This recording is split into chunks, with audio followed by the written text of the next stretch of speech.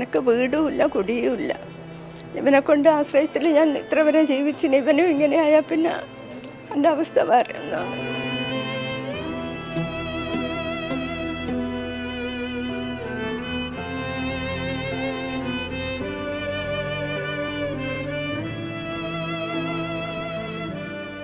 എൻ്റെ മോനാന്ന് എനിക്ക് ഇത്രയും കാലമായിട്ട് ഞാൻ ഇവനെ മാത്രം ജീവിച്ചിട്ട് നിൽക്കുന്നതാണ്.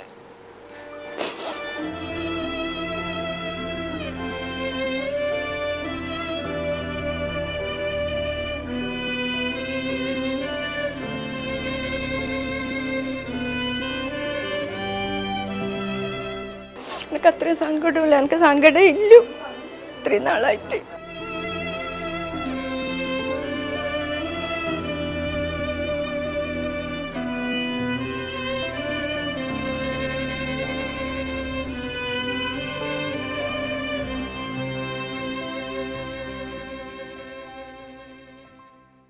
ഈ അമ്മയുടെ എല്ലാ പ്രതീക്ഷയുമാണ് ആശുപത്രി കിടക്കയിൽ കഴിയുന്ന ഈ മകൻ. പഴയങ്ങാടി അടുത്തലയിലെ നടക്കൽ ശ്യാമള ഇന്ന് സങ്കടക്കടലിലാണ്. തൻ്റെ മകനെ ജീവിതത്തിലേക്ക് തിരിച്ചു കിട്ടണമെന്ന് പറഞ്ഞ് ഈ നാടിനോട് കേഴുകയാണ് ആ അമ്മ.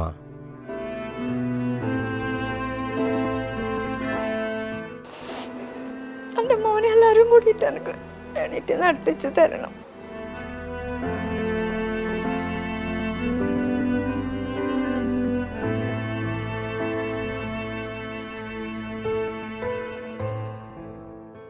ഇവനെ ഇല്ല, എനിക്ക് പറയാറുമില്ല.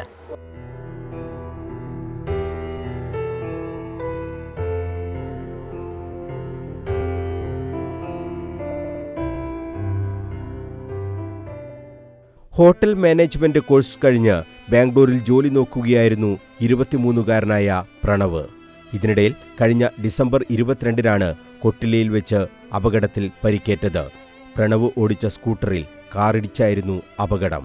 അതീവ ഗുരുതരാവസ്ഥയിൽ പ്രണവിനെ കണ്ണൂർ ബേബി മെമ്മോറിയൽ ഹോസ്പിറ്റലിൽ പ്രവേശിപ്പിച്ചു. 1% പോലും ജീവൻ രക്ഷിക്കാൻ കഴിയുമെന്ന പ്രതീക്ഷയില്ലാത്ത അവസ്ഥയിലായിരുന്നു പ്രണവ്. അവിടെ നിന്ന് പറ്റാവുന്ന എല്ലാ ആധുനിക ചികിത്സയും നൽകി BMH പ്രണവിന്റെ ജീവൻ തിരിച്ചുപിടിച്ചു. ഒരു ജീവൻ രക്ഷിക്കുക എന്നതിനപ്പുറം ഒരു പൈസയും ചോദിക്കാതെ ബേബി മെമ്മോറിയൽ ഹോസ്പിറ്റൽ ആ കുടുംബത്തിന് ഒപ്പം നിന്നു.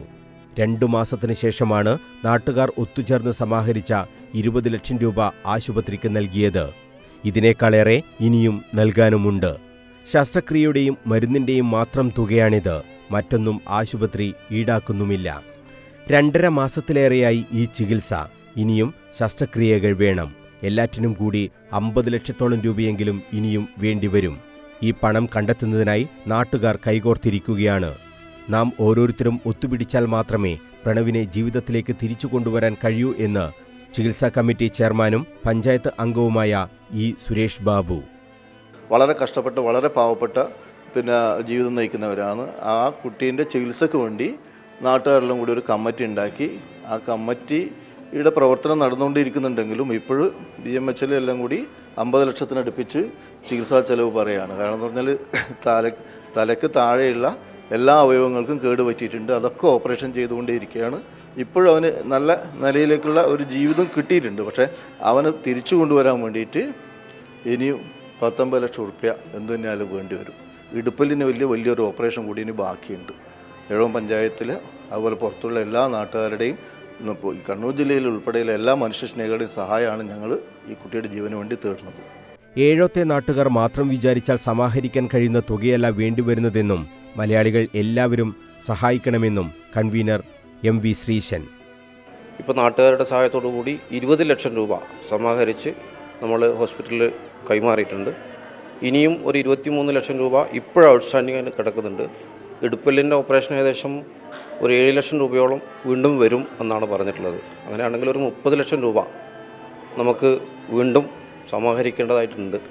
അപ്പോൾ അതൊരു വലിയ ഭാരിച്ച തുകയായതുകൊണ്ട് തന്നെ ഞങ്ങൾ ഈ നാട്ടിലെ മുഴുവൻ കാരുണ്യമതികളുടെ സഹായം അഭ്യർത്ഥിക്കാൻ വേണ്ടിയിട്ടാണ് ഈ ഒരു ചികിത്സാ കമ്മിറ്റി എന്ന രീതിയിൽ നമ്മൾ മുതിരുന്നത്.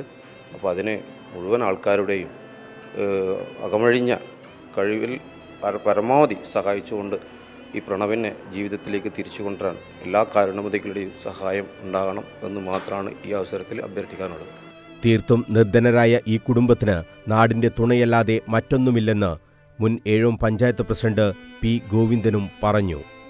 നേരത്തെ നമ്മളൊരു പ്രതീക്ഷക്ക് നേരെ ഇരട്ടി ഉള്ള രീതിയിലേക്ക് കാര്യങ്ങൾ വന്നപ്പോൾ ആണ് വീണ്ടും നമ്മളിപ്പോൾ ഈ ചികിത്സാ കമ്മിറ്റി അടിയന്തരമായി കൂടി ഇനിയും അത് ഏതായാലും ഇതൊരു പ്രണവിൻ്റെ ജീവൻ തിരിച്ചു പിടിച്ച ഒരു വലിയ രീതിയിലുള്ള ഒരു ഇടപെടൽ തന്നെ ആയിട്ടുണ്ട്. പക്ഷേ എന്തായാലും എല്ലാ ആളുകൾ സുമനസ്സുകളെല്ലാം സഹായം ഇനിയും ഉണ്ടായാൽ നമുക്ക് തീർച്ചയായും ഈ പ്രണവിനെ ജീവിതത്തിലേക്ക് പൂർണ്ണമായും കൊണ്ടുവരാൻ സാധിക്കുമെന്നുള്ളതായിരിക്കും.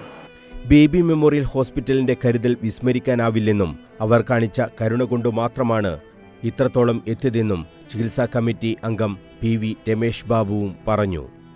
നാളിതുവരെ ഇവർ ഇങ്ങനൊരു ചാലഞ്ച് ചെയ്തിട്ടില്ല. ഞങ്ങൾക്ക് ഇത്ര പൈസ, ചില ആശുപത്രികളെല്ലാം ഇത്ര പൈസക്ക് മേലെ ചെയ്യാതിരിക്കുന്ന സമയത്തും ഇത്രയും 45 ലക്ഷത്തോളം രൂപ ചെലവഴിച്ചുകൊണ്ട് നമ്മളോടൊപ്പം സഹിച്ച് കുട്ടിയുടെ ഈ ചെറുപ്പക്കാരനെ ജീവിതത്തിലേക്ക് കൊണ്ടുവരിക എന്ന് മാത്രമേ ഈ ആശുപത്രിയിലെ ഡോക്ടർമാർ അല്ലെങ്കിൽ സഹപ്രവർത്തകരെല്ലാം ചിന്തിച്ചിട്ടുള്ളൂ. ഇനി എങ്ങനെ നമ്മൾ ഈ ആശുപത്രിയിലെ ഡോക്ടർമാരോട് ജീവനക്കാരോട് എപ്പോഴും നമ്മൾ കടപ്പെട്ടിട്ടാണ്. കാരണം ഇത്രയും വലിയ തുക പെൻഡിങ്ങിൽ വെച്ചിട്ടും നമ്മുടെ ഈ കുട്ടിയുടെ അല്ലെങ്കിൽ ചെറുപ്പക്കാരൻ്റെ ജീവിതത്തിലേക്ക് തിരിച്ചു കൊണ്ടുവരാൻ വേണ്ടി ഇവിടുത്തെ മുഴുവൻ ആളുകളും നമ്മളോടൊപ്പം ഉണ്ട്. അതുകൊണ്ട് തന്നെ നമ്മൾ അവരോട് കടപ്പെട്ടിട്ടാണുള്ളത്.